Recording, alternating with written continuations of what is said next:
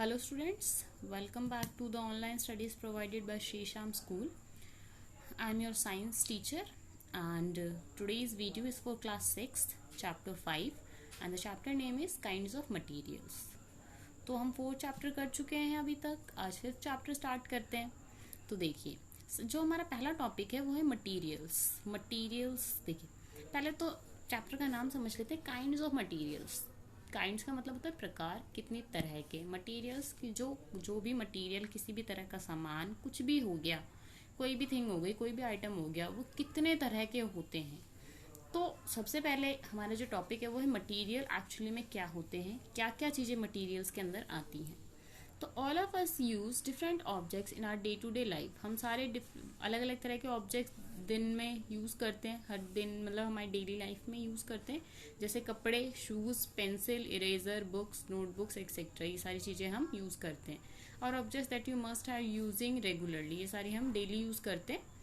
All objects are made of substances like materials. ये सारे objects material से ही बना होता है. जैसे अगर मैं पेंसिल की बात करूँ तो पेंसिल वुड से, लकड़ी से, और ग्रेफाइट जो उसके अंदर नोक होती है वो ग्रेफाइट की होती है, उससे बनी हुई होती है. तो इस तरीके से सारे ही ऑब्जेक्ट्स जो हैं, सारी चीज़ें जो हैं, किसी न किसी मटेरियल से बनी हुई होती हैं.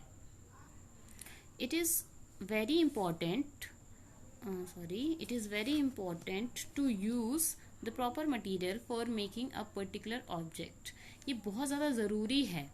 क्या ज़रूरी है कि proper material for making a particular object, कि किसी पर्टिकुलर ऑब्जेक्ट को बनाने के लिए किसी पर्टिकुलर मटेरियल की ही ज़रूरत पड़ेगी. जैसे पेंसिल को बनाने के लिए हमें वुड और ग्रेफाइट की नीड हुई, और दूसरा कोई ले, जैसे किसी बर्तन को बनाने के लिए हमें स्टील की नीड होती है.